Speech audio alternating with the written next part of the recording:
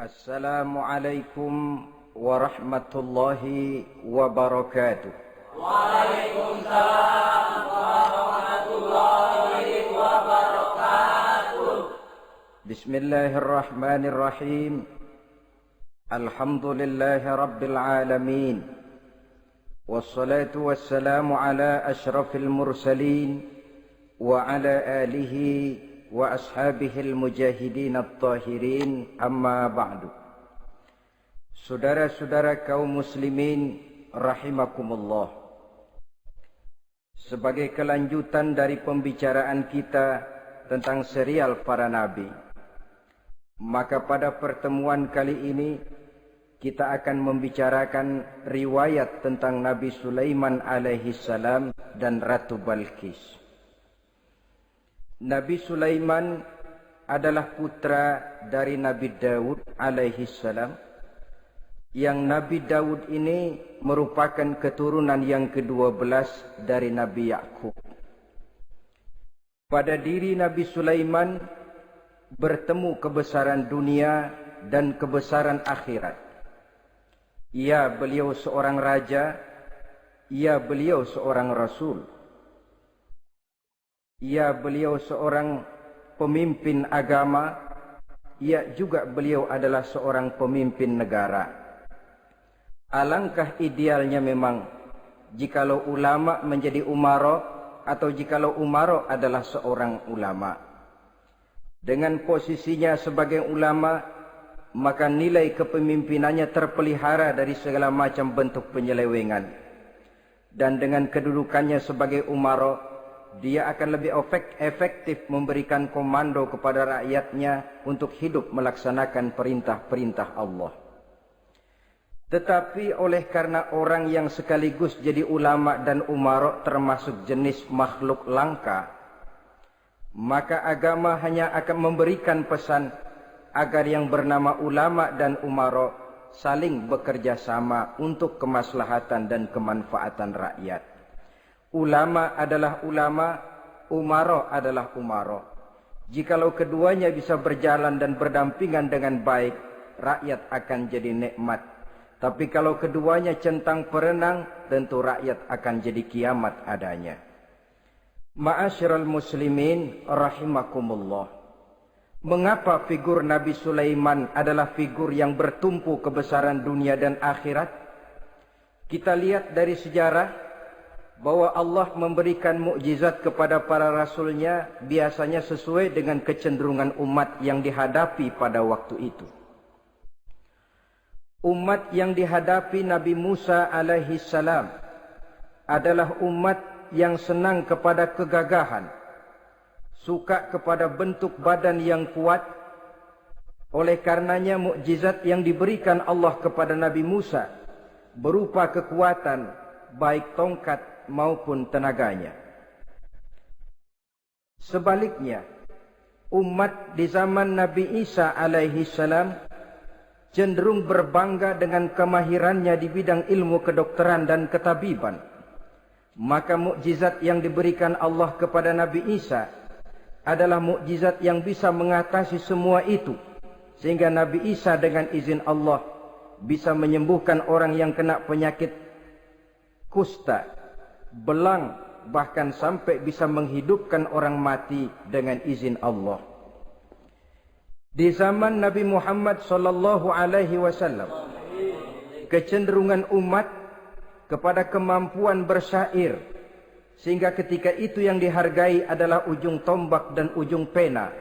Ujung tombak dalam arti pahlawan perang, dan ujung pena dalam arti seniman dan penyair. Maka di antara mukjizat terbesar yang diberikan kepada Nabi adalah Al-Quranul Karim, yang keindahan gaya bahasanya tidak seorang penyair pun sanggup menandinginya. Di zaman Nabi Sulaiman alaihi salam, kebesaran dan kemegahan dunia, kekuatan dan kejayaan menjadi ukuran. Kita tahu bahwa Jalut yang dihadapi oleh Nabi Daud adalah seorang yang bertubuh besar dan gagah perkasa, yang dalam sejarah lebih kita kenal dengan nama Goliat misalnya. Maka tidak heran kalau mukjizat yang diberikan Allah kepada Nabi Musa merupakan mukjizat yang bertumpu antara kebesaran dunia dan kebesaran akhirat, sebagai raja dan juga sebagai nabi. Tetapi yang patut menjadikan pelajaran buat kita terhadap seluruh kebesaran yang diberikan itu, Nabi Sulaiman berkata, "Haza min fadli Rabbi liyabluwani aashkuru am akfuru." Semua ini, kekuasaan dan kebesaranku, kejayaan dan kekayaanku, adalah anugerah Tuhan untuk menguji diriku. Adakah aku menjadi bersyukur karenanya, atau malah aku menjadi ingkar karenanya? Alangkah baiknya jikalau ucapan Nabi Sulaiman ini kita bisa resapi dan kita bisa terapkan dalam kehidupan ini. Seorang pedagang yang berhasil berkatalah seperti perkataan Nabi Sulaiman. Seorang pejabat dengan kedudukan tinggi berkatalah seperti perkataannya Nabi Sulaiman. Seorang ulama dengan posisi sebagai pemimpin yang non formal berkatalah seperti perkataan Nabi Sulaiman. Seluruhnya berkata, "Haza min fadli Rabbi." Seluruhnya ini adalah karunia Allah untuk menguji diriku, adakah aku bersyukur atau aku menjadi ingkar karenanya. Inilah sekelumit tentang kebesaran Nabi Sulaiman alaihi salam. Pada usia 13 tahun, beliau sudah mewarisi kerajaan ayahnya Nabi Daud dengan meninggalnya Nabi Daud alaihi salam. Dan sejak itu keistimewaan Nabi Sulaiman alaihi salam sudah nampak dalam kehidupan. Beberapa keistimewaan bisa kita catat dari pribadi Nabi Sulaiman ini. Pertama, beliau cerdik, cerdas dan bijaksana, dan tentu saja harus begitu. Kalau Rasul goblok, mana ada umat yang mau ikut. Tetapi kecerdikan dan kecerdasan serta sifat bijaksana ini nampak dari beberapa kisah yang pernah dihadapinya. Pertama, di saat beliau berumur 11 tahun, ketika itu yang menjadi raja adalah ayahnya Nabi Daud, datang mengadu seorang petani bahwa sawah ladangnya, tanaman-tanaman yang ditanamnya habis dimakan oleh binatang ternak dari tetangga di sebelahnya. Maka ia mengajukan usul agar binatang ternak yang memakan tanam-tanamannya itu diberikan saja kepadanya. Nabi Daud meluluskan permintaan petani ini, tapi Nabi Sulaiman berkata, "Ayah, maafkan saya. Kalau boleh saya mengajukan usul, jangan seluruh binatang ternak gembala itu diberikan kepada petani. Akan lebih baik kalau binatang ternak yang memakan tanam-tanamannya itu diberikan kepada si petani selama 1 tahun. Apabila ia berkembang biak, beranak, hasil susunya seluruhnya selama 1 tahun itu boleh dimanfaatkan oleh petani tadi. Dengan demikian saya rasakan ini merupakan satu yang lebih adil ketimbang yang tadi itu." Keputusan Nabi Sulaiman ini diterima baik oleh ayahnya, oleh si petani, dan oleh si gembala tadi.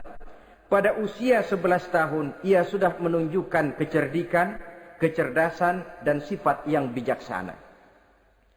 Contoh yang kedua, ada 2 orang ibu yang pada saat akan bekerja di ladang, masing-masing meletakkan bayinya di satu tempat. Lalu keduanya pun asyik pergi bekerja. Sedang kedua ibu itu bekerja dengan asyiknya, datanglah seekor serigala menerkam salah seorang anak bayi tadi. Dan kemudian dibawanya. Tinggallah anak bayi seorang. Ketika kedua ibu tadi kembali ke tempat dia meletakkan anaknya, maka keduanya lalu berebut anak yang satu itu. Jadi kasus berebut bayi rupanya memang sudah ada dari dulunya. Yang satu berkata itu anaknya, yang lain mengakui itu pun juga anaknya. Akhirnya keduanya mengadu kepada Nabi Sulaiman. Masing-masing ngotot, tidak ada yang mau mengalah. Akhirnya kata Nabi Sulaiman, "Kalau kamu berdua tidak ada yang mau mengalah, sudahlah begini saja.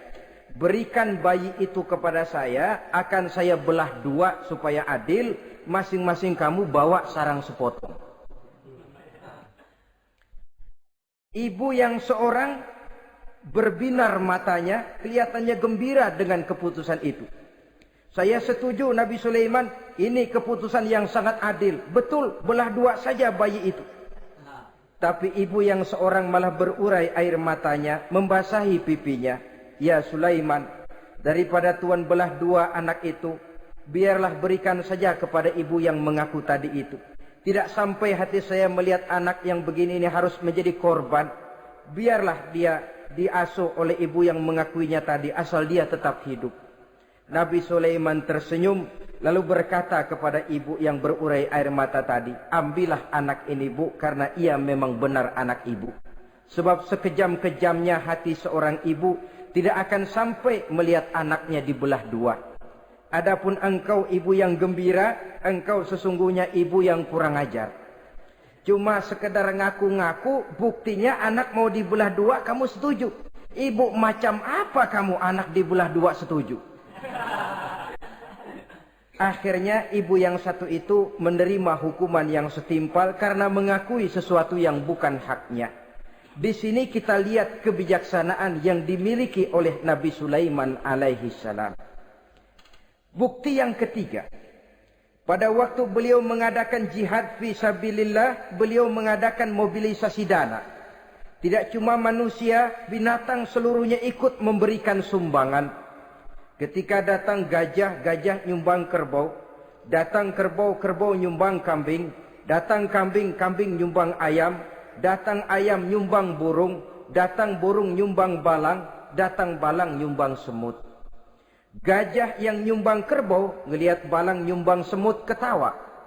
Semut, balang, Nabi Sulaiman kamu berikan semut untuk apa kayak gitu kecilnya? Lihatin dong saya nyumbang kebo, kata gajah. Nabi Sulaiman tersenyum seraya bersabda, al-hadiyatu biqadril muhdi. Pemberian itu memang sesuai dengan kemampuan orang yang memberi. Kalau gajah nyumbang kerbau, itu wajar saja. Gajah besar, sumbangannya pun besar. Sebaliknya kalau balang nyumbang semut, itu juga memang pantas. Balang kecil, sumbangannya pun kecil. Yang tidak wajar kalau ada balang mau nyumbang kerbau, ada gajah nyumbang semut. Di sini kelihatan watak yang bijaksana dari Nabi Sulaiman alaihi salam. Ini merupakan ciri keistimewaannya. Setiap rasul dibekali dengan sifat ini yang namanya sifat fatonah. Cerdik, cerdas, dan bijaksana. Yang ini memang merupakan mukjizat. Kecerdasan seorang rasul tidak merupakan hasil sekolahan. Tapi merupakan bimbingan wahyu semata-mata. Dan ini yang tidak bisa ditandingi oleh manusia. Jadi jangan lalu ngambil dalih Rasul aja nggak sekolah pinter lalu ikut nggak sekolah ya goblok terus.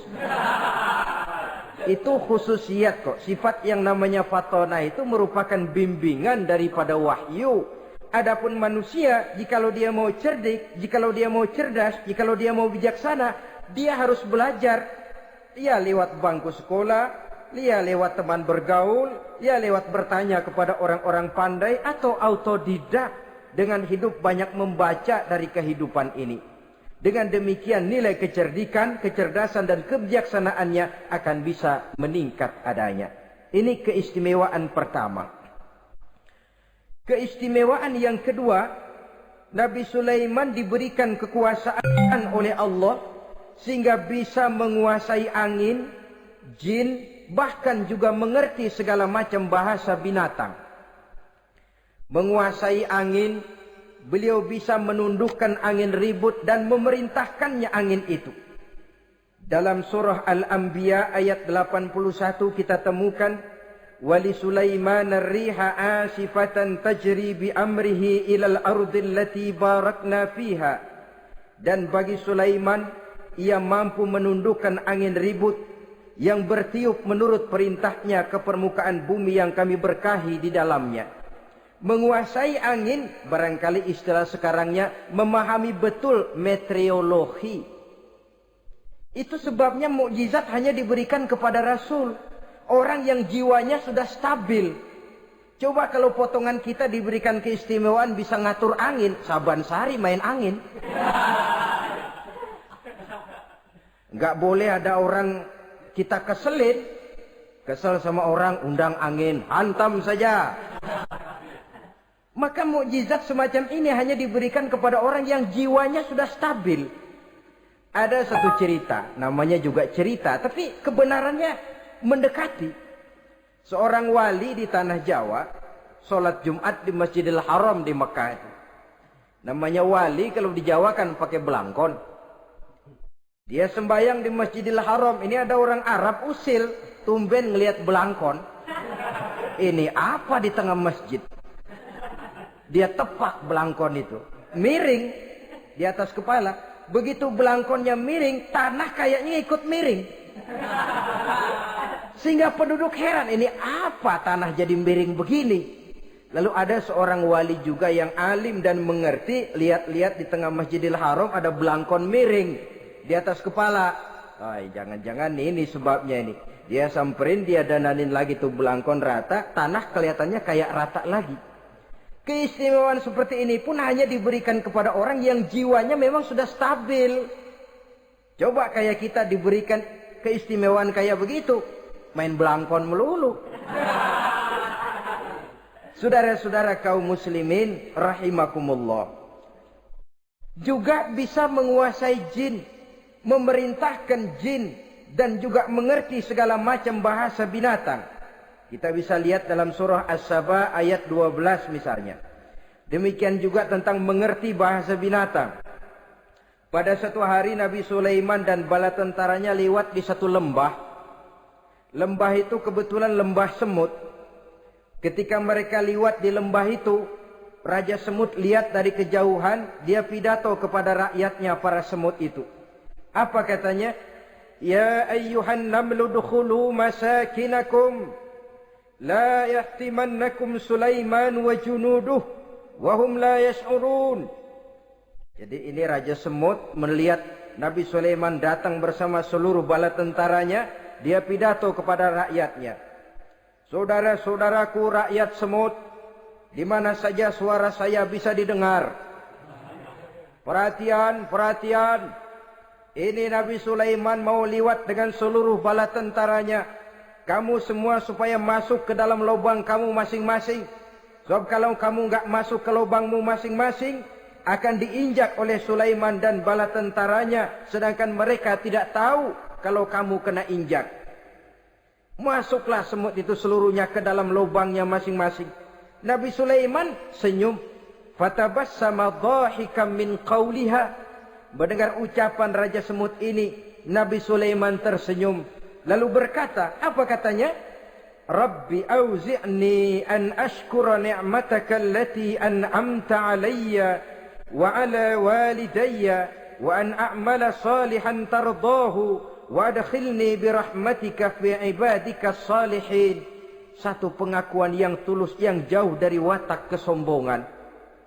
Mendengar Raja Semut berkata semacam itu, beliau senyum lalu berkata, wahai Allah, tetapkan kiranya hati saya ini untuk selalu bersyukur terhadap nikmat yang engkau karuniakan kepada saya. Karena nikmatku, nikmat yang engkau berikan kepadaku, saya mengerti bahasa binatang. Karena mengerti bahasa binatang, saya mengerti seruan Raja Semut itu. Tetapkan saya untuk selalu bersyukur ya Allah atas nikmat yang engkau berikan ini. Atas nikmat yang engkau berikan kepada kedua orang tua saya. Dan tetapkan saya untuk selalu melakukan amal soleh yang engkau ridhoi. Dan masukkan saya ke dalam golongan hamba-hambamu yang soleh. Satu pengakuan yang tulus, yang jauh dari sifat kesombongan. Mungkin kalau sombong yang lahir, begitu dengar Nabi Sulaiman bawa semut ngomong begitu, beliau akan berkata, iya masuk ke dia buruan. Tapi kan tidak. Malah beliau perintahkan bala tentaranya, pasukan berhenti. Ada apa Nabi Sulaiman? Di depan kita ada kerajaan semut.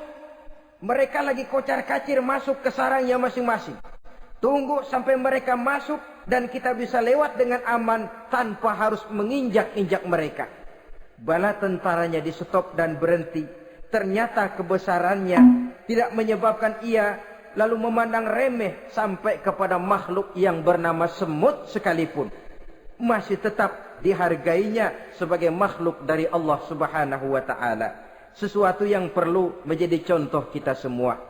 Sebab orang bilang kadang kacang sering lupa akan kulitnya. Kadang posisi kita yang tinggi menyebabkan kita lupa dari mana kita berasal. Kadang harta yang kita miliki menyebabkan kita lengah dari mana kita datang. Akhirnya yang timbul adalah sifat sombong dan angkuh. Ibarat kata orang, kacang lupa dengan lanjarannya. Ma'asyiral muslimin rahimakumullah. Ini kebesaran dan keistimewaan yang diberikan Allah kepada Nabi Sulaiman alaihi salam. Apa yang perlu kita jadikan tamsil dan ibarat dari kebesaran ini? Saudara-saudara kaum muslimin rahimakumullah. Keadilan sebagai umara yang berpadu dengan kebijaksanaan sebagai ulama. Satu hari seorang sahabat bertanya kepada Rasulullah sallallahu alaihi wasallam. Ya Rasul, kalau pada satu saat ajal merenggut Tuhan berlalu meninggalkan kami sekalian, kita berpisah untuk selamanya ya Rasul. Dalam kondisi semacam itu, azahrul ardi khairul lana ambatniha. Mana yang lebih baik ya Rasul buat kami kalau sudah ditinggalkan oleh Tuhan? Permukaan bumi atau perut bumi yang lebih baik? Ini pertanyaan dengan bahasa kinayah. Permukaan bumi maksudnya hidup. Perut bumi maksudnya mati. Orang kalau sudah masuk ke perut bumi kan habis. Ya Rasul, kalau engkau sudah tidak ada meninggalkan kami semua, mana yang lebih baik buat kami, hidup atau mati? Bukan main pertanyaan ini. Di satu sisi menggambarkan cintanya sahabat kepada Nabi.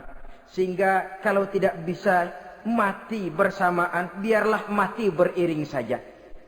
Di lain pihak juga mencerminkan bingungnya sahabat kalau sudah ditinggalkan oleh Rasul. Atas pertanyaan ini apa jawab Rasul? Kamu enggak usah khawatir. Walaupun aku sudah tidak ada, kembali ke hadratullah azza wa jalla, meninggalkan kamu semua, kamu tidak usah bingung. Dengan syarat, idza kana umaraukum khiyarukum wa amrukum syura bainakum wa aghniyaukum askhiyaukum fa zahrul ardi khairul lakum min batniha. Kalau saja para umara, kalau saja pemimpin-pemimpin kamu adalah orang-orang yang terbaik di antara kamu, dan seluruh persoalan yang kamu hadapi dapat kamu musyawarahkan dengan baik, lalu orang-orang kaya di antaramu adalah orang-orang yang dermawan, ketika itu walaupun aku sudah tidak ada, hidup lebih baik daripada mati. Permukaan bumi lebih baik daripada perut bumi. Dengan catatan tiga tadi. Pemimpinmu orang yang terbaik di antara kamu. Segala persoalan kamu musyawarahkan. Dan orang kayamu orang dermawan. Walaupun aku tidak ada, hidup lebih baik daripada mati. Tapi sebaliknya kata Nabi, idza kana umaraukum syirarukum. Kalau umarokmu, pemimpin-pemimpinmu adalah orang-orang yang terjahat di antara kamu. Wa amrukum ala nisaikum.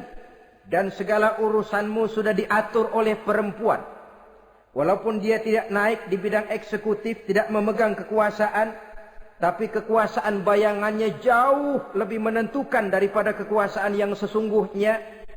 Kalau perempuan sudah ikut campur mengaturmu, kemudian wa askhiyaukum bukhalaukum. Orang-orang kaya di antaramu adalah orang-orang yang bakhil bin pelit alias kikir. Maka ketika itu kata Nabi, fabatnul ardi khairul lakum min zahriha. Perut bumi lebih baik daripada permukaan bumi. Apa yang bisa diharapkan dari pemimpin yang zalim, perempuan yang sok kuasa, dan orang-orang kaya yang bakhil dan pelit? Dalam kondisi semacam itu, bertemulah kita dengan yang bernama kiamat. Dan kalau sudah kiamat macam itu kata Nabi, perut bumi lebih baik daripada permukaan bumi. Maka yang kita perlukan sekarang adalah kerjasama antara ulama dengan umara. Ulama bukan umara, umara pun bukan ulama. Harus saling kerjasama dan jangan saling memperalat. Kerjasama menurut bidangnya masing-masing menjadi yang terbaik di bidangnya. Jangan sudah jadi kiai karena ingin berpartisipasi aktif lalu pindah jadi pemborong jembatan. Tidak sadar akan profesinya. Dan orang lalu tidak bisa berkata, apaan kiai mubalik bisanya cuma ngomong saja. Sekarang kan zaman pembangunan perlu karya nyata. Mana ada ustadz kiai mubalik bikin irigasi. Cuma pidato saja. Apa kemiskinan bisa diatasi dengan pidato? Ini juga orang tidak ngerti urusan. Wong Nabi saja ngajarin kok. Iza wusidal amru ila ghairi ahlihi fantaziris sa'ah. Yang kemudian diterjemahkan dalam manajemen modern. The right man on the right job. Bahwa persoalan harus diserahkan kepada orang yang memang ahlinya. Lah kalau kiai ngurus irigasi, apa nanti lurah mau ngajar fikih? Camatnya ngajar tafsir. Kacau jadinya. Makin ruwet jalur birokrasi, makin banyak orang meninggalkan profesi dan malah melaksanakan sesuatu yang bukan profesinya. Untuk memberesi keruwetan birokrasi termasuk diantaranya menanamkan kesadaran profesi yang menimbulkan kebanggaan dan kebanggaan yang membuahkan tanggung jawab terhadap profesi itu. Sebab orang kalau sudah bekerja menurut profesinya walaupun tidak kaya tapi hidupnya tenang. Kenapa? Karena panggilan jiwanya. Seorang kiai yang diajak ngobek walaupun objeknya gol puluhan juta. Kaya belum tentu tenang karena saya yakin bukan ke sana panggilan jiwanya. Ma'asyiral muslimin rahimakumullah. Itulah sebabnya kerjasama ulama membangun lingkungannya, ulama membangun manusianya, umara membangun lingkungannya sehingga terciptalah wujud daripada pembangunan manusia seutuhnya, ya zahirnya, ya batinnya. Seluruh kita berpartisipasi, hanya bidangnya saja yang berbeda-beda. Jangan yang satu merasa lebih berjasa dari yang lain. Jangan yang satu merasa lebih penting dari yang lain. Seluruh kita penting, seluruh kita berjasa, cuma bidang kita saja yang berbeda-beda. Inilah bahasa Quran, kullun ya'mal ala syakilatih. Setiap orang bekerja menurut profesinya masing-masing. Ma'asyiral muslimin rahimakumullah. Kita kembali kepada riwayat Nabi Sulaiman alaihi salam. Satu hari ketika beliau sedang menginspeksi pasukan, berkumpullah pasukan beliau itu, ya tentara yang manusianya, ya pasukan jinnya, ya seluruh binatang-binatangnya berbaris. Beliau selaku inspektur upacara mengadakan inspeksi pasukan.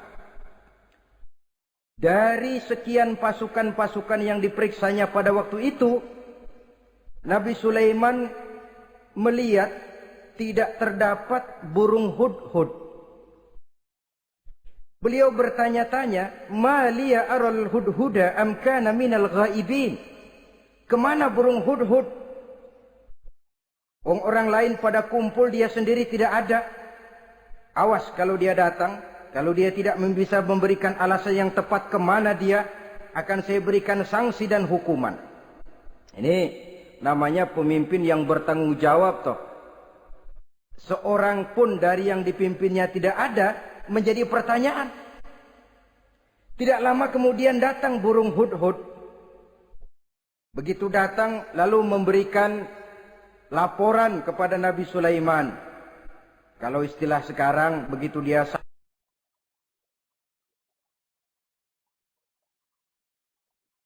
sampai berdiri hormat, lapor, kata hudhud ini.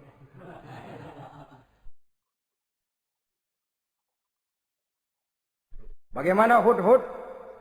Maaf Tuan Raja, saya terlambat. Iya, kenapa terlambat? Patroli Tuan Raja. Kemana saja kamu patroli? Keliling. Lalu apa hasilnya?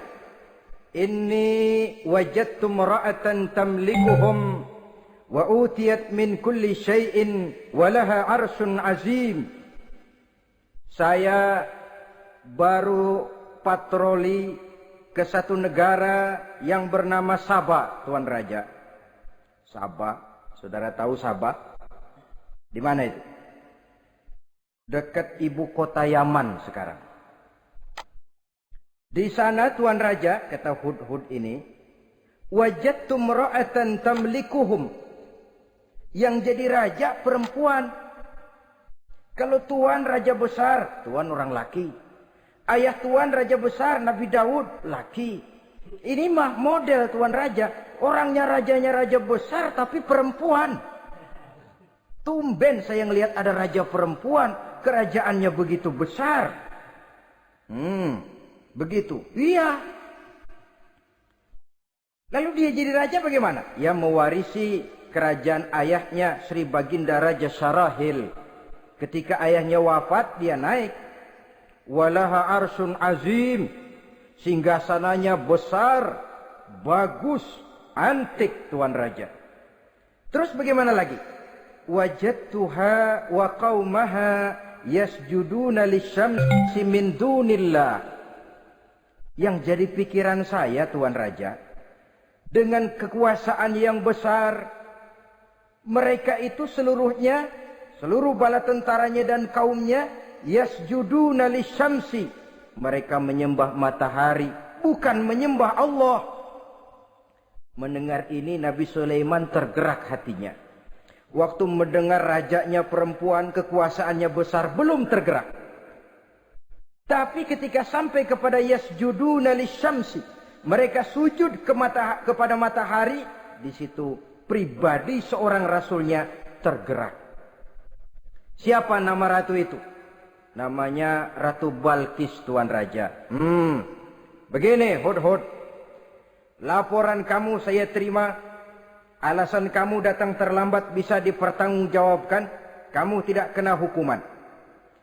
Cuma begini saja Hudhud, karena kamu yang laporan, kamu yang tahu lokasi negaranya, kamu yang harus melaksanakan tugas ini. Apa Tuan Raja?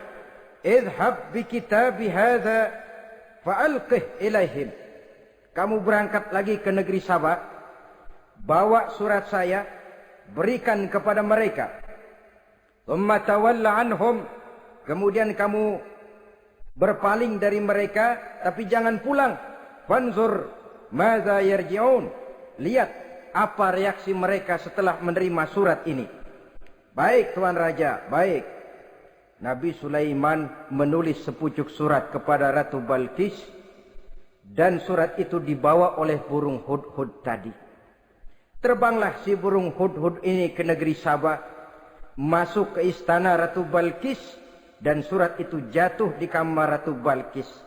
Diambil surat tadi, kemudian dibaca. Apa isi suratnya? Innahu min Sulaiman wa innahu bismillahirrahmanirrahim. Alla ta'lu alayya wa'tuni muslimin. Surat ini dari Sulaiman. Bismillahirrahmanirrahim. Jangan kamu merasa lebih tinggi dari aku. Datanglah kepadaku dan masuk ke dalam agama Islam. Suratnya singkat, padat, ultimatum. Jadi enggak pakai bahasa kembang, enggak pakai bahasa basi, langsung kepada isi. Surat ini dari Sulaiman. Bismillahirrahmanirrahim. Jangan kamu merasa lebih tinggi dari aku. Datanglah kepadaku dan masuklah ke dalam agama Islam. Ini yang disebut dakwah langsung tanpa pakai kembang. Saudara-saudara, menerima surat semacam ini, Ratu Balkis lalu ngumpulin para pembantu kerajaan, aparat pemerintah lah zaman sekarang. Termasuk menteri-menteri dipanggil sidang darurat di istana Ratu Balkis. membahas datangnya surat dari Nabi Sulaiman alaihissalam. Tuan-tuan para menteri, bagaimana Sri Ratu? Saya dapat surat. Dari mana? Dari Sulaiman. Katanya apa? Jangan kamu merasa lebih hebat dan lebih tinggi dariku. Datanglah kemari dan masuklah ke dalam agama Islam. Menurut pendapat tuan-tuan menteri, bagaimana surat ini? Apa kita penuhin permintaannya? Kita datang rame-rame masuk Islam? Oh, kata menteri, jangan dulu tuanku. Gengsi dong. Kita ini kan kerajaan besar. Tentara kita gagah. Masa mau menyerah tanpa syarat? Soal nanti kita kalah atau menang itu soal lain, Tuan Perdana Menteri, Tuan Ratu. Tapi bahwa kita punya harga diri itu harus kita tunjukkan lebih dulu. Jadi menurut Tuan Menteri bagaimana? Kami sih nunggu komando Tuan Putri saja. Artinya kalau boleh perang saja. Cuma mau duluin takut dikira nyelongcong. Kami sih gimana komando Tuan Ratu saja. Tuan komandokan berangkat, kami segera berangkat. Terserah Tuan Putri, kami seluruhnya loyal, taat dan setia menunggu titah dari Sri Paduka Ratu. Terima kasih para menteriku. Soal kesetiaanmu saya tidak meragukan. Tapi perang dimanapun selalu membawa kerugian. Kita menang rugi, tentu jatuh korban. Apalagi kalau kita kalah. Dan raja-raja yang mengalahkan negeri-negeri lain selalu membawa kehinaan kepada negeri yang dikalahkannya. Jadi bagaimana? Sekarang begini saja. Kita ambil jalan tengah. Lalu diplomasi dulu. Diplomasi macam apa Tuan Ratu? Kita kirim utusan kepada Nabi Sulaiman. Dari sana nanti kita lihat reaksinya. Saya memang selama ini sudah dengar siapa itu Nabi Sulaiman. Katanya orangnya masih muda, masih bujangan, bijaksana, kekuasaannya besar, tentaranya hebat. Cuma kan baru berita, kita cek. Jadi diplomasi macam apa Tuan Ratu? Kita kirim utusan kepada Raja Sulaiman. Kita bawakan hadiah-hadiahnya. Yang mahal-mahal, mewah-mewah, menarik. Pokoknya yang terbaik di negeri kita, berikan kepadanya. Lihat reaksinya. Kalau dia tergiur dengan hadiah itu, dia raja. Bukan nabi. Tapi kalau dia menolak hadiah itu, dia memang nabi. Dan apa reaksi kita nanti tergantung sikap Nabi Sulaiman. Aha, kalau begitu setujulah Ratu. Itu memang bijaksana. Diplomasi dulu. Iya, jangan datang-datang main perang aja loh. Perang sih gampang. Tapi ini kan ada meja perundingan. Sepanjang masih kita bisa menempuh jalan damai, damai saja dulu. Baik. Maka diaturlah satu barisan diplomasi untuk menuju Palestina, kerajaan Nabi Sulaiman alaihi salam. Rombongan terdiri dari 500 orang laki-laki dan 500 orang perempuan. Yang laki ganteng, yang perempuan cantik. Yang laki dikendarai dengan kuda-kuda pilihan, dan yang perempuan dikendarai dengan keledai-keledai pilihan. Kuda dan keledai pun dihiasi begitu rupa, pelanaknya yang terbagus dilapis dengan sutra, sedangkan bawaan-bawaannya tidak lain daripada intan, berlian, mutiara, jamrud, yakut, kesturi, yang dilapis dengan sutra tenun yang asli. Pendeknya hadiah yang serba wah. Dan rombongan ini dipimpin oleh seorang diplomat ulung dari negeri Sabah bernama Munzir bin Amru.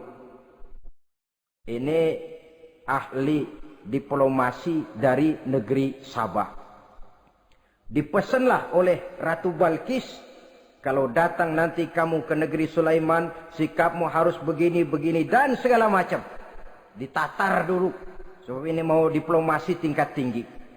Baik, Sri Ratu. Nah, sudah mendengar perundingan ini, burung hudhud pulang ke negeri Nabi Sulaiman. Apel lagi, lapor Tuan Raja. Bagaimana hudhud? sikapnya mereka akan mengutus utusan dengan membawa berbagai macam hadiah untuk datang ke negeri kita. Baik.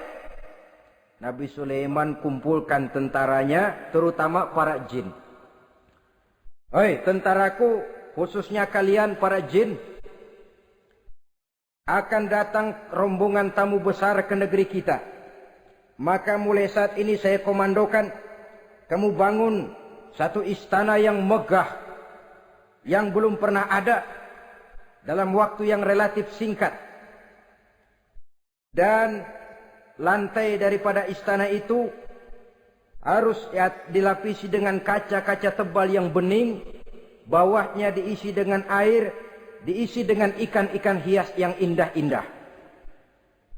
Baik Tuan Raja. Maka tentara Nabi Sulaiman, sejak manusia sampai binatang sampai jin, semuanya kerja bakti membangun istana yang megah. Sehingga sebelum rombongan kerajaan Sabah ini sampai, istana sudah selesai. Mereka masuk ke dalam istana Nabi Sulaiman. Begitu melihat lantainya gemerlapan air, masing-masing pada ngangkat kain. Takut kainnya basah. Waduh, ini istana kebanjiran begini pikiran. Kata Nabi Sulaiman, enggak usah diangkat kainnya, enggak usah. Ini dilapis kaca, cuma bawahnya memang kolam. Kolamnya berisi ikan. Oh, bengong. Bengong. Bengong aja pada melongo mulutnya. Saudara-saudara, jadi persis orang yang tinggal di puncak gunung datang ke tengah-tengah kota. Kan noraknya minta ampun. Apaan aja ditunjuk. Apaan aja dilihat, apaan aja ditunjuk. Ini ya, itu ya, wah. Wah, sudah semuanya serba wah. Jadi kalau istilah tingkat diplomasinya, mereka sudah kalah mental. Dan itu sudah kemenangan pertama dari Nabi Sulaiman. Sudah shock. Mereka merasa negeri Sabah kaya, luar biasa, hebat. Begitu datang ke negeri Sulaiman, mereka jadi orang norak kayaknya. Sudah kumpul, nah selamat datang tuan-tuan ke negeri kami. Ada pesan apa? Majulah Munzir bin Amru. Tuan Sulaiman, bagaimana? Kami diutus oleh Sri Baginda Ratu Balkis untuk menyampaikan hadiah-hadiah yang kami bawa ini. Intan, berlian, yakut, jamrud, kesturi, dan barang-barang mahal lainnya. Mudah-mudahan Tuhan bisa menerima dengan senang hati. Nabi Sulaiman tersenyum. Lalu beliau berkata, Atumiddunani bimalin, fama atani Allahu khairun mimma atakum. Kamu mau memberikan saya seluruh hadiah-hadiah permata intan ini? Padahal apa yang telah diberikan Allah kepada saya jauh lebih baik dari apa yang telah diberikannya kepadamu. Kamu merasa bahwa saya kekurangan semua ini? Ketahuilah tuan-tuan, saya punya lebih banyak dari apa yang tuan-tuan berikan sekarang ini. Irja' ilaihim, bawa pulang kembali seluruh hadiah ini. Sampaikan salam saya kepada ratumu, Ratu Balkis. Falanatiyannahum bijunudin la qibala lahum biha. Kalau mereka tetap tidak mau datang menyatakan keislaman, kami yang akan datang ke sana dengan seluruh bala tentara kami yang mereka pasti tidak akan sanggup menghadapinya. Saudara bisa baca dalam surah An-Naml ayat 36. Saudara hadirin ma'asyiral muslimin rahimakumullah. Kalau orang sudah silau dengan yang namanya upeti, hadiah, harta, secara mental dia sudah jatuh. Andai kata ketika itu Nabi Sulaiman menerima seluruh hadiah tadi, maka misi kerasulannya tidak akan jalan. Wibawanya hancur dan dia tidak akan sanggup lagi mendakwahkan Ratu Balkis untuk masuk ke dalam agama Islam. Dia akan jadi cemoohan di negeri Sabah. Ah, Sulaiman ngomong aja dikasih hadiah telap. Nah, ternyata ada yang lebih mahal dari harta. Ada yang lebih mahal dari intan dan mutiara. Ada yang lebih mahal dari pangkat dan kedudukan. Apa dia? Harga diri. Dan itu yang langka sekarang ini. Lebih baik jalan kaki tapi kita bebas mendongakkan kepala kemanapun kita mau. Daripada naik mobil empuk tapi mata nunduk saja nggak berani lihat ke atas. Kehilangan harga diri. Ulama yang kehilangan harga diri akan menyelewengkan ayat. Pejabat yang kehilangan harga diri akan melakukan segala macam penyelewengan. Dan lain sebagainya. Harga diri sesuatu yang mahal. Terutama di kota-kota besar, kota-kota yang menyandang gelar metropolitan, biasanya harga diri ini sudah tidak dihiraukan orang lagi. Cuma untuk uang yang relatif kecil, cuma untuk kedudukan yang temporer, orang tidak segan-segan mengorbankan sesuatu yang paling mahal yang bernama harga diri. Akhirnya suap merajalela, sogok menjadi-jadi, semir pun menjamur. Bahkan malah kadang-kadang jadi target. Sehingga ada pernah berita jabatan wakil gubernur katanya dikomersilkan. Siapa yang bisa memberikan sekian puluh juta dia akan naik. Ini kalau sudah begini ya salam. Orang itu kalau memperoleh satu jabatan karena mengeluarkan banyak uang, percayalah saudara, begitu dia naik ke jabatan itu, langkah pertama yang dia lakukan, bagaimana supaya uangnya bisa kembali. Bukan bagaimana bekerja sebaik-baiknya. Bukan bagaimana mensejahterakan rakyat sebaik-baiknya. Karena dia merasa naik jabatan banyak mengeluarkan uang, setelah dia naik, gimana supaya pulang modal dulu. Lebihnya kalau ada, baru bekerja buat rakyat. Itu pun kalau nggak keburu pensiun. Kadang-kadang malah lebih celaka lagi kalau sudah mau pensiun baru bikin pemutihan. Wah saya baru rajin iktikaf di masjid, pergi haji. Kenapa? Udah pensiun. Tapi waktu masih aktif, tanda tangan masih laku, nota masih dihargai, kata belece masih berwibawa. Lupa berbuat untuk hari depan dirinya sendiri, yaitu akhiratnya. Konon lagi untuk umat dan agamanya. Jadi untuk mengabdi, berbuat baik kepada umat, berkhidmat kepada agama, iktikaf di masjid, tuan-tuan, tidak usahlah nunggu sampai pensiun. Manfaatkan posisi yang tuan-tuan punya sekarang ini untuk beribadah dengan sebaik-baiknya. Itu pun masih bersyukur, masih bisa mengadakan pemutihan daripada tidak sama sekali. Cuma alangkah akan lebih efektifnya lagi kalau itu diawali pada saat kita masih mempunyai posisi kunci. Ini reaksi Sulaiman, saudara-saudara. Diberikan hadiah yang mahal, atau midunani bimalin. Kamu mau nyogok saya dengan hadiah ini? Yang diberikan Allah lebih hebat dari yang kau bawa sekarang ini. Apa yang saya cari? Oleh Allah saya telah diberikan sesuatu yang lebih besar dari yang kau bawa. Sudah, bawa pulang saja. Sampaikan salam kepada ratumu. Kalau dia tetap ngotot tidak mau kemari, saya yang akan datang ke sana dengan seluruh bala tentara yang saya yakin sampean akan kewalahan ngadepinnya. Pulang, sampaikan salam saya, bawa seluruh hartamu.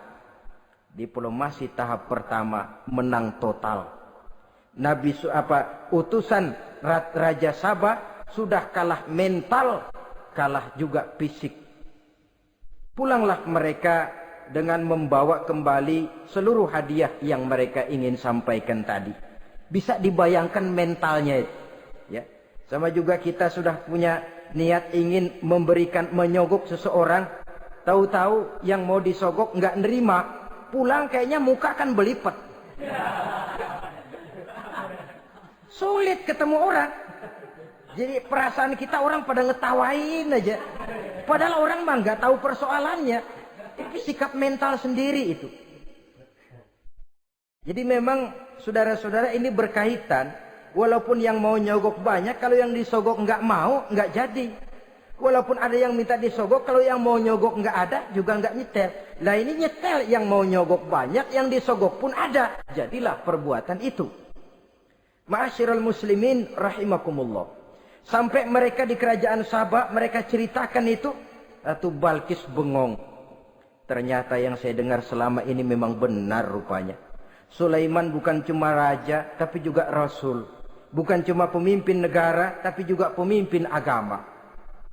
Lalu bagaimana, Sri Ratu? Biar saya pikir-pikir dulu. Pikir. Bagaimana ya? Sudahlah, begini saja. Kita sekarang berangkat ke negeri Nabi Sulaiman. Saya yang akan langsung memimpin rombongan. Ada 2 tujuan Ratu Balkis sebenarnya. Tujuan pertama ingin melihat dengan mata kepala sendiri kebesaran Sulaiman yang selama ini dia cuma dengar beritanya saja. Yang kedua, ada udang di balik batu. Kalau setelah Nabi Sulaiman nanti melihat kecantikan Ratu Balkis ini, dia bisa fly. Nah, istilah anak sekarang, dia bisa fly. Nah, siapa tahu kan karena kecantikannya Nabi Sulaiman lalu jatuh hati dan Dewi Amor pun bicara. Nanti bila mata bertemu mata, bibir ikut senyum, hati berdetak. Maka terjadilah magnet-magnet saling bersentuhan, percintaan tingkat tinggi. Kan lumayan dapat suami, dapat pacar seorang raja besar. Jadi dengan harapan ini berangkatlah Ratu Balkis ke negeri Nabi Sulaiman. Hud lapor lagi. Lapor. Bagaimana Hud? Ini Ratu Balkis yang mimpin sekarang. Baik, kita siap-siap. Begini saja, kata Nabi Sulaiman. Siapa yang bisa bawa singgasana Ratu Balkis ke sini? Jin Ifrit tampil. Saya. Berapa lama kamu perlukan untuk membawa singgasana Ratu Balkis kemari? Sebelum Tuan bangun dari tempat duduk, itu singgasana sudah bisa sampai kemari, Tuan Raja. Bagus. Ada yang bisa lebih cepat? Saya, kata seorang ulama. Berapa lama? Sebelum Tuan kedip. Asal Tuan kedip, Tuan melek lagi, singgasana sudah sampai di sini. Baik, kerjakan. Dalam waktu sekejap itu singgasana Ratu Balkis sudah sampai di istana Nabi Sulaiman. Pasang di sini, biar dia dudukin nanti. Rubah sedikit biar dia nggak kenalin. Dirombak sedemikian rupa. Masuk Ratu Balkis ke istana Nabi Sulaiman. Terjadilah kemudian di perundingan semacam tingkat tinggi antara raja dengan raja. Bagaimana, Tuan Ratu Balkis? Iya, Tuan Sulaiman. Iya, bagaimana? Saya kagum dengan kebesaran Tuan. Bukan kebesaran saya. Seluruhnya ini adalah karunia Allah kepada saya. Saya dengar Tuan menyembah matahari. Padahal matahari tidak pernah memberikan apa yang Tuan kehendaki. Matahari tidak pernah menciptakan Tuan. Adalah lebih baik Tuan menyembah yang menciptakan matahari daripada menyembah matahari itu sendiri. Nabi Sulaiman, bagaimana kalau kita mengadakan ya sambil berunding, sambil lobbying istilah sekarang. Baik, lobbying pun jadi. Berjalanlah meninjau seluruh pelosok istana Nabi Sulaiman alaihissalam. Seperti halnya bala tentaranya, Ratu Balkis juga sampai di lantai kaca, angkat kain. Kata Nabi Sulaiman, jangan diangkat tuh kain. Ini bukan air, istana kaca. Bukan main kebesaran kamu. Melihat begitu kebesaran Nabi Sulaiman, Ratu Balkis yang niatnya sementara mau melontarkan diplomasi asmara, lupa. Lalu apa katanya? Rabbi inni zolamtu nafsi. Ya Allah, selama ini saya benar-benar telah zolim kepada diri saya. Begitu banyak nikmat yang engkau berikan kepada saya. Saya jadi ratu dengan kekuasaan yang besar, mewarisi kebesaran ayah. Dengan kerajaan dan bala tentara yang gagah perkasa. Bukan saya bersyukur kepadamu, malah saya menyembah matahari. Inni zolamtu nafsi. Sungguh saya telah zalim kepada diri saya. Maka mulai sejak saat ini, aslamtu ma'a Sulaiman lillahi rabbil alamin. Mulai sejak saat ini ya Allah, saya nyatakan diri, saya masuk Islam, bertuhankan Allah Rabbul Alamin. Saya tunduk kepada Nabi Sulaiman alaihi salam. Masuk Islam sebelum diplomasi asmaranya melayang, saudara-saudara. Sudah masuk Islam? Sudah. Nah, Ratu Balkis sekarang bagaimana? Ya Nabi Sulaiman, kalau saya masuk Islam, apakah kerajaan saya akan tunduk dan diatur oleh kerajaan Tuhan? Tidak. Kamu persilakan pulang ke kerajaanmu. Atur negerimu menurut cara yang kamu mau, asal sesuai dengan perintah Allah. Saya bukan penjajah. Saya cuma mengajak kamu ke dalam Islam. Saya tidak ingin meluaskan wilayah saya. Asal kamu sudah masuk Islam, tugas sudah saya jalankan. Perkara kerajaanmu, kau pulang, kau atur dan kau tetap jadi raja. Jangan merasa kalau sudah masuk Islam lalu kerajaanmu saya caplok. Islam bukan penjajah, Ratu Balkis. Baiklah Nabi Sulaiman, saya tahu. Tapi untuk melanggengkan kerjasama antara kerajaan Sabak dengan kerajaan Tuhan, caranya bagaimana? Mulai ngojok-ngojok. Dia nggak bilang lu demen aja deh sama gue. Enggak. Cuma untuk jangka panjang. Jangka panjangnya Sulaiman, supaya kita tetap bisa kerjasama, caranya bagaimana? Ya supaya kerajaan berumur panjang, kau harus punya keturunan, kata Nabi Sulaiman. Itu kan berarti saya harus nikah. Memang. Tapi saya ratu. Suami saya kan paling kurang juga harus maharaja, sahansa. Ya sebenarnya sih cuma dia nggak bilang aja. Di kerajaan gue nggak ada yang setimpal. Gue maunya sama elo. Itu kalau bahasa kita. Cuma ini kan bahasa perempuan. Perempuan kan paling pintar nahan perasaan. Nggak kayak orang laki. Orang laki kalau lagi mabok cinta teler. Sama siapa aja dia cerita. Gue kan lagi demen sama si Ano. Lain sama perempuan, dia paling bisa jaga perasaan. Saya kalau begitu, saya harus kawin dengan maharaja. Ya kamu tinggal pilih saja, kata Nabi Sulaiman. Nabi Sulaiman, ini Perdana Menteri udah pada mesem-mesem, udah paham ke arah mana maksudnya. Bagaimana kalau kita kukuhkan saja dua kerajaan ini, Nabi Sulaiman? Saya pun setuju kalau itu kamu punya mau. Wah, ini Perdana Menteri takbir semua. Allahu Akbar, Alhamdulillah, Alhamdulillah. Sampai akhirnya Nabi Sulaiman pun menikah dengan Ratu Balkis. Bergabunglah dua kerajaan besar itu. Saudara-saudara kaum muslimin rahimakumullah. Kemudian setelah bertahun Nabi Sulaiman wafat. Tidak seorang pun tahu karena beliau wafat sedang pegangan tongkat. Ketika tongkat dimakanin rayap, rapuh, baru beliau jatuh. Orang tahu kalau Nabi Sulaiman sudah wafat. Menurut riwayat beliau wafat itu sedang sholat. Karena sholat Nabi Sulaiman cuma diri saja. Tidak pakai ruku dan sujud. Menurut riwayat lain beliau sedang memandori jin dan tentaranya yang sedang kerja. Begitulah wafat beliau. Kita bisa baca dalam surah Saba ayat ke-14.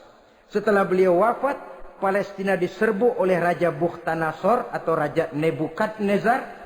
Seluruh kebesaran Sulaiman di bumi hanguskan, istananya dihancurkan, intan permata dan kekayaan beliau dirampok, dan tinggallah kebesaran Sulaiman cuma legenda saja yang kita kenal dengan istilah Haikal Sulaiman. Legenda, riwayat-riwayat yang sampai sekarang ini masih bisa kita telusuri kebenarannya. Saudara-saudara, inilah pertemuan yang singkat ini. Walaupun serba singkat, mudah-mudahan ada manfaatnya. Dengan kesimpulan, seluruh anugerah yang ada pada kita hakikatnya karunia Allah. Marilah kita menjadi orang yang pandai bersyukur atas anugerah itu. Terima kasih atas segala perhatian. Mohon maaf atas segala kekurangan. Usikum wa nafsi bitaqwallah. Wassalamualaikum warahmatullahi wabarakatuh.